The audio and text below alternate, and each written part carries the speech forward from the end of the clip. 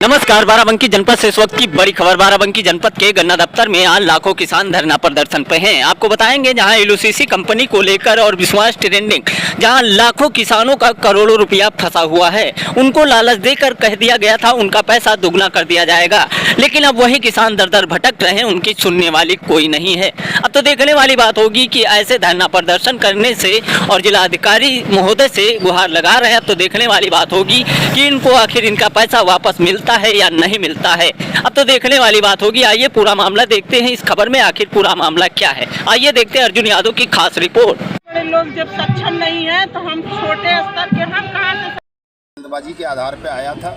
मैं खुद बता रहा था ना अभी अपने भाषण में कि 2019 से मैं लगातार मना कर रहा हूँ, मत करो काम, नहीं माने लोग। मुझे मालूम था कि भाई ये गैरकानूनी है। मैंने बताया लोगों को गैरकानूनी है, एजेंट अपॉइंट ही नहीं कर सकती हो, जमा योजनाएं आम जनता का धन ले ही नहीं सकती, लेकिन आप लोग काम करते रहे और अब कानून आ गया है, फांसी का कानून है। अब तो पता है आपको, अब इसमें ये डायरेक्टर्स को तो फांसी होगी। इसमें तो ये बता रहे हैं कि आरबीआई की सूची में ये सूचीबद्ध है। अरे सूचीबद्ध है वो ठीक है, लेकिन स्कीम सूचीबद्ध नहीं है। आप समझ नहीं रहे। दो चीज़ें हैं, एक तो कंपनी और दूसरा कंपनी की स्कीम। कंपनी सूचीबद्ध है लेकिन कंपनी की स्कीम सूचीबद्ध नहीं है, स्कीम गैरकानूनी है। मतलब एलयूसीसी के एजेंट्स को आप दोषी मानते हैं उतना ही जितना एलयूसीसी कंपनी है? मैं नहीं मानता दोषी, कानून मानता है। मैं कानून की बात कह रहा हूँ, मैं नहीं मानता हूँ। मैं अगर मानता तो मैं आता ही क्यों, मैं लड़ता क्यों एजेंट को सुरक्षा दिलाने के लिए। मैं जगह जगह जा रहा हूँ, पूरे देश में हर डीएम से मिल रहा हूँ, एसपी से मिल रहा हूँ कि भाई आप जो है प्रॉपर वेरिफिकेशन के बाद इनके खिलाफ कोई एक्शन लें, ऐसे ना लें, लोग मर रहे हैं, प्रताड़ित कर रहे हैं। मैं ये नहीं मानता। कानून कह रहा है, जो भारतीय न्याय संहिता 2023 की धारा 111 है, 107 है, उसमें लिखा हुआ है कि एजेंट भी दोषी है। पॉन्जी स्कीम चला रहा है तो उसमें काम कर रहा है, तो उसी के तहत एक्शन हो रहा है। एजेंट काम करते रहे। आप एक तरफ से कह रहे हैं कि ये कानून में नहीं आता है, तो ये कैसे संभव हो पाया कि कुछ बिना किसी सपोर्ट के अभी तक ये स्कीम चलाते रहे, वो काम इस तरह से होता रहा? शराब बिकती है ना देश में, कानून है ना कि शराब नहीं बिकनी चाहिए। तो अलग अलग राज्यों में अलग अलग कानून है ना, हथियार नहीं बिकने चाहिए, बिकते हैं ना। तो 2 नंबर से सब कुछ होता है। देश का शासन, प्रशासन, समाज तक भ्रष्ट है, बेईमान है, वो खुद जल्दबाजी में रहता है। तो वो तो मिली जुली वो होती है, मिली भगत से सारे गैरकानूनी काम इस देश में होते हैं।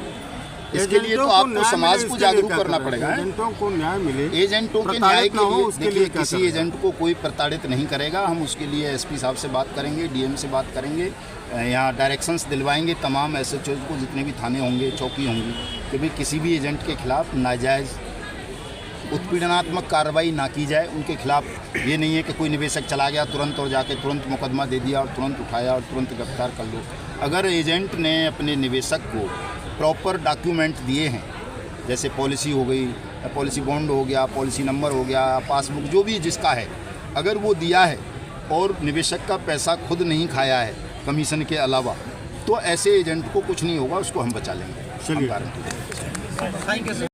वकील साहब, कैसे क्या मामला है? आप लोग इतना बड़ा धरना प्रदर्शन कर रहे हैं, क्या मामला, क्या समस्या है? जैसा कि हम लोग 2017 से सोसाइटी से संपर्क में हैं और बहुत से लोग हैं, बाराबंकी जिले से लगभग 10,000 से ऊपर एजेंट हैं, जो कि भारत सरकार के कृषि मंत्रालय का ये लाइसेंस दिखा के उन लोगों ने हम लोगों के साथ ठगी की है। अब सरकार कह रही है कि ये सोसाइटी फर्जी थी, काम करने लायक नहीं थी। तो यहाँ पे हम लोगों ने जब सोसाइटी का पूरा रजिस्ट्रेशन केंद्र सरकार से देखा, और यही वो लोग दिखाते भी थे जो हमारे यहाँ के ब्रांच मैनेजर थे, जो बाराबंकी के मेन हेड थे माननीय उत्तम सिंह राजपूत जी, और उनकी ब्रांच में पहले मीटिंग होती थी, छोटे लेवल पर, फिर बड़े लेवल पर, गोल्डन ब्लॉसम वगैरह में हर जगह पर मीटिंग होती थी। वहाँ पे यही बताया जाता था कि एटीपी सेक्शन में भी इनकम टैक्स में छूट है। जब टैक्स में छूट आदमी सुनता है तो कहीं ना कहीं हम लोग LIC, PPF, बैंक की श्रेणी में समझ लेते हैं, और जो बेचारे। अच्छा, बाराबंकी जनपद में लमसम कितने लोग इस चीज़ के शिकार हुए हैं?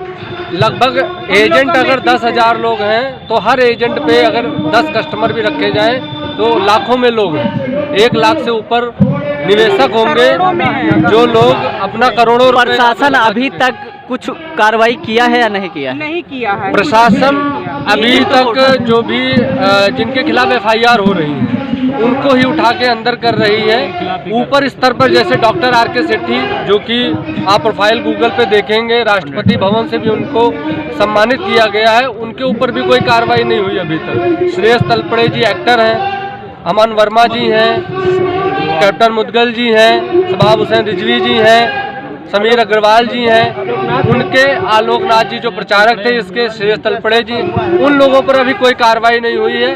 आज के समय पे एजेंट को प्रताड़ित किया जा रहा है, एजेंट को पकड़ के तुरंत अंदर कर देते हैं और मामले को दबाने की कोशिश की जा रही है।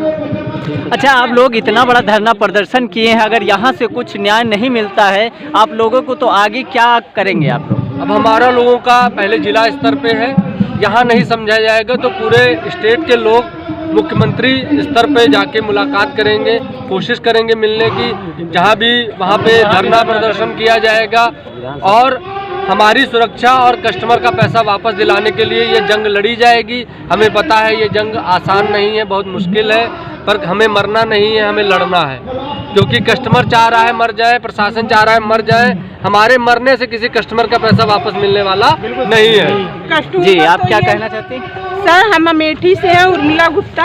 हम कह रहे हैं कि जब एक लेडीज कट्टा लेके नाच सकती है और फेसबुक पे वो आ सकती है, उसको पुलिस गिरफ्तार कर सकती है, तो पुलिस गिरफ्तार क्यों नहीं किया इन बड़े लोगों को जो एटीएम चल रहा है, जो कि ऑनलाइन सारा कुछ दिखा रहा था, तो अब तक पुलिस खामोश क्यों थी?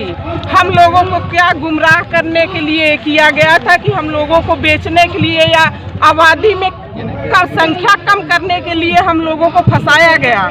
जैसे मान लीजिए मुख्य आरोपी नहीं पकड़े जा रहे हैं, जो आपके एजेंट हैं उनके ऊपर कार्रवाई हो रही, तो आप एजेंट को फंसाएंगे या मुख्य जो आरोपी हैं उनको कार्रवाई करने के लिए बताएंगे? नहीं, जो एजेंट हैं वो तो अपना, चलो एजेंट जो है कम भी पढ़े लिखे हैं, लेकिन जो ये पुलिस वाले इसमें हैं वो क्या कर रहे हैं इसमें? पुलिस वाले कह रहे हैं कि पुलिस वाले क्या कर रहे हैं इस एटीएम में? क्यों इसमें से पैसा निकाले? मुख्यमंत्री और सारे लोग जब आते हैं, लखनऊ की उन लोगों की वो रैली होती है, तो क्या रास्ते में उनको एटीएम नहीं दिखा? वो फर्जी कहाँ से हुआ? पहले आप बताइए कि वो फर्जी होगा कहाँ से? जब फर्जी था तो कार्रवाई क्यों नहीं की गई? सबको तो अगर कोई चीज फेसबुक पे हम गाली देते हैं तो ये होता है कि गाली दिया। एक लड़की ने गाना गाया था, उसको जेल हुआ, उसके पति को हुआ। क्यों हुआ? अगर उसको जेल हुआ तो ये 5 साल 7 साल से कहाँ हैं? हम 4 साल से काम कर रहे हैं। बताइए हम लेडीज लोग क्या करें? फांसी लगा लें? हमको सरकारी न्याय अगर नहीं मिला तो आपके साथ इतनी पब्लिक है, आगे आप लोग क्या करेंगे? हम जाएंगे मुख्यालय लखनऊ, वहाँ धरना लगाएंगे। हम उनसे भी जवाब तलब करेंगे। कहाँ से हम पैसा दें? या तो कहिए हम बैंक कोई लूटे। शुभ नाम क्या है आपका? मेरा उर्मिला गुप्ता। हमको ले चले। आप इस टीम की क्या थी? हम भी लीडर हैं इस टीम के, छोटे स्थल के हैं हम लोग, जमीनी स्थल के हैं। हमको ये बड़े एजेंट लोग ने जोड़ा और सारा ये सब दिखाने के बाद हम जुड़े। ज़्यादा हम पढ़े लिखे भी नहीं हैं, तो जब हम ये पढ़े लिखे इसमें मर गए तो हम क्यों न मर जाएंगे? हमारी गलती बताइए। हम सरकार से पूछना चाहते हैं कि मेरी गलती कहाँ है। Doctor R K. सेठी जी हैं जो अपने आप को फंड मैनेजर बोलते थे, LIC के भी फंड मैनेजर, और बड़े बड़े लोग इसमें आते थे। ये क्या कहना चाहते हैं आप? मैं कहना ये चाहता हूँ कि जो डॉक्टर आर.के. सेठी जी हैं, ये 42 देशों का फंड मैनेज करते थे। अपनी भाषा से इन्होंने खुद हम लोगों की जो मीटिंग थी उसमें बयान किया था कि अच्छा, आप लोग किस वजह से इस मायाजाल में फंसे थे? देखिए, मायाजाल में फंसने का मेन कारण ये था कि हम लोग बेरोजगार हैं, ठीक है, और उसमें सरकार का लाइसेंस हमने देखा और ऐसे लोगों को हमने देखा जो IRDA से लेकर सेबी तक की बहुत बड़ी बड़ी कंपनियों का जो फंड मैनेज करते थे, LIC से लेकर बड़ी बड़ी कंपनियों का, जैसे कि डॉक्टर आर.के. सेठी हैं। इन्होंने, हमारी एक मीटिंग हुई थी, हम वहाँ पर गए थे, इन्होंने ये बताया कि आपका एक एक पैसा जमा किया गया यहाँ पर सुरक्षित है, ठीक है। तो हमने देखा कि जब LIC से लेकर बिरला बहुत सी बड़ी कंपनियों का अगर कोई फंड मैनेजर इस सोसाइटी को में जुड़ा है, अगर वो काम कर रहा है तो सोसाइटी अनलीगल नहीं हो सकती। हमने नहीं, बहुत से लोगों ने इसकी फेस वैल्यू पर काम किया है और इसमें श्रेयस तलपड़े हैं और अमन वर्मा जी हैं, जिन्होंने कंपनी का जो है प्रचार प्रसार किया, जिसके माध्यम से हम लोग थोड़ा और जो है उत्साहित हुए कि यह कंपनी लीगल नहीं हो सकती है, और जो कि प्रशासन आज इसको क्या है और किस फ्रॉड में फंसे हुए हैं आप? दिलीप कुमार, मैं एक छोटा सा कार्यकर्ता हूँ जो इस माया जाल में 6-7 साल से फंसा हुआ हूँ। और इसमें सबसे बड़ी दिक्कत जो अब आ रही है वो हमने ये देखा है कि सिर्फ और सिर्फ नीचे स्तर पर लोगों को गिरफ्तार किया जा रहा है, एजेंटों को। वो कोई भी हो, चाहे वो 2-2.5 लाख का ही उसका बिजनेस क्यों ना हो, सिर्फ ये जान जाए LUCC का कार्यकर्ता है, बस इसको उठा लो, सीधा जेल भेज दो। और यहाँ तक कि जो निचले स्तर के कार्यकर्ता है क्या करेगा, इतना परेशान है। और हम लोगों ने तो बस अब यही सोचा है कि जितना पैसा हम लोगों ने उठाया है, अगर हिम्मत होती तो हम कमा के होता तो हम दे देते, लेकिन इतना ज़्यादा पैसा आपके माध्यम से लमसम कितना बजट फंसा हुआ है? सर लगभग 25 से 30 लाख रुपया तो सिर्फ मेरा है, अपना खुद का है। और उसके सारे हमारे पास कागजात हैं, सारे बांड हैं, सारी पासबुकें हैं, और कस्टमरों का भी लगभग 50 लाख के आसपास जो हमको देना है। और इतनी रकम हम दे नहीं पाएंगे, और जब तक हम टिकते हैं तब तक टिके रहेंगे, नहीं तो हमको पता है कि इसका आखिरी उपाय क्या है। सिर्फ आत्महत्या के अलावा हमारे पास कोई दूसरा उपाय नहीं है। आत्महत्या कर लेने से क्या पीड़ितों को रुपया मिल जाएगा? नहीं मिलेगा, लेकिन हम कहाँ तक सर झेल पाएंगे। इसमें 15 दिन हो गया है, हम लोगों को घर छूटा है, बीवी बच्चे छूटे हैं, पिता हमारे बुजुर्ग हैं, वो थाने में चौकी में धक्के खा रहे हैं। इस समय ये सब सर कहाँ से हम लोग देख पाएंगे अपना दुख? सर हम कहाँ बताएं? जो प्रशासन है जो हम लोगों को जो है वांछित अभियुक्तों को नहीं गिरफ्तारी हो रही। अभी तक 10 दिन हो गया। अभी जो मेन इसके वांछित अभियुक्त हैं, चाहे उत्तम सिंह राजपूत रहे हों, चाहे CMD समीर अग्रवाल रहे हों, चाहे जो सुरेश तलपड़े रहे हों, ठीक है, आलोकनाथ जी हैं, इस तरीके के जो भी असली विक्टिम अपराधी हैं, हमारा अनुरोध ये है कि सरकार उन पर कार्रवाई करे, न कि हम निर्दोष एजेंटों को।